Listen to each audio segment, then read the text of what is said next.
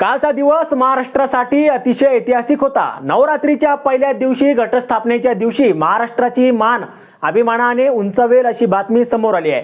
केंद्र सरकारने मराठी भाषेला अभिजात दर्जा देण्याचा निर्णय जाहीर केला आहे। गेल्या अनेक वर्षापासून या संदर्भात मागणी करण्यात येत होती। अखेर राज्यातील विधानसभा निवडणुकांपूर्वी केंद्र सरकारने मराठी भाषेला अभिजात दर्जा देण्याचा निर्णय घेतला आहे।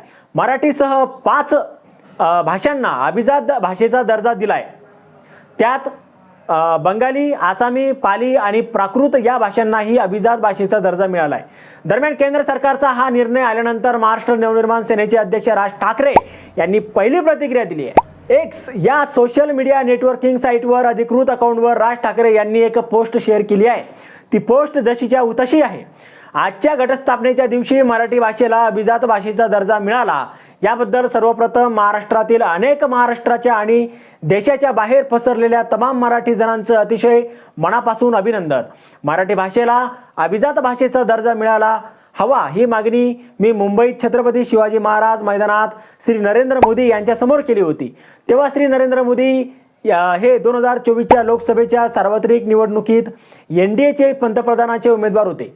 त्या सभेत श्री नरेंद्र मोदी हे पुन्हा एकदा या देशाचे पंतप्रधान व्हावेत यासाठी जो पाठिंबा मी दिला होता, त्यात महाराष्ट्र नवनिर्माण सेनेच्या प्रमुख मागण्यांपैकी एक मागणी ही मराठी भाषेला अभिजात भाषेचा दर्जा मिळायलाच हवा ही होती। माझा पाठिंबा बिनशर्त आहे असं मी स्पष्टपणे सांगितलं होतं। अर्थात बिनशर्त म्हणजे माझ्या पक्षाला हे द्या ते द्या यापेक्षा माझ्या राज्यासाठी माझ्या भाषेसाठी काही अपेक्षा व्यक्त केल्या होत्या।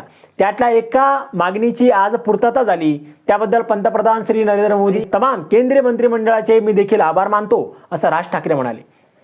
मराठी भाषेला अभिजात दर्जा देण्यात येणार असल्याची गोड बातमी केंद्रीय मंत्री अश्विनी वैष्णव यांनी केंद्रीय मंत्रिमंडळाच्या बैठकीनंतर दिली। ज्या नोटाफाईड अभिजात भाषा होत्या त्यात कन्नड, तेलुगू, मल्याळम होत्या। नव्या भाषेसाठी प्रस्ताव आला, फ्रेमवर्कमध्ये त्या बसल्या आणि त्यांना अभिजात भाषेचा दर्जा देण्यात आला आहे। आता ज्या नव्या भाषा येतील त्यांनाही याच फ्रेममध्ये बसवलं जाणार आहे अशी प्रतिक्रिया अश्विनी वैष्णव यांनी दिली आहे। आता यावर तुम्हाला काय वाटतं तुमचं मत कमेंट बॉक्समध्ये लिहायला अजिबात विसरू नका। व्हिडिओ आवडला असेल तर जास्तीत जास्त शेअर करा आणि आतापर्यंत मराठी जनता आपण आपल्या या चॅनलला सबस्क्राईब जर केलेलं नसेल तर चॅनलला सबस्क्राईब करा।